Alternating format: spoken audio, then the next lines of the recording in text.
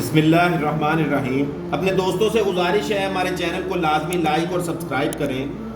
عمل کے ذریعے کسی کو قتل کرنے کا شرعی حکم، عملیات کے ذریعے کسی کو ہلاک کرنے کا یہی حکم ہے کہ عمل کے ذریعے ہلاک کرنے والے کو شخص کو قتل کا گناہ ہوگا۔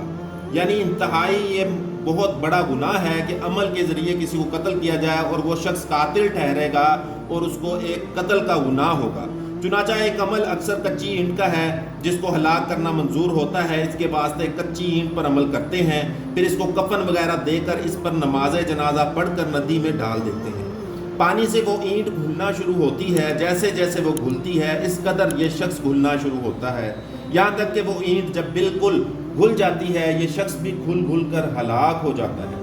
یہ بہت ہی سخت عمل ہے، خوب سمجھ لو اگر وہ شخص مستحق قتل نہیں ہے تو تم کو قتل کا گناہ ہوگا۔ بعض لوگ کہہ دیتے ہیں کہ ہم نے تو قرآن سے مارا ہے، یعنی قرآنی عمل کے ذریعے مارا ہے، پھر ہمیں گناہ کیوں ہوگا؟ میں کہتا ہوں کہ اگر تم ایک بڑا بھاری قرآن کسی کے سر پر مارو جس سے اس کا سر پھٹ جائے تو وہ مر جائے گا، تو کیا تم کو گناہ نہ ہوگا؟ ضرور ہوگا۔ اس لیے ایسے عمل سے بچا جائے اور کبھی بھی کفریہ عمل نہ کیا جائے۔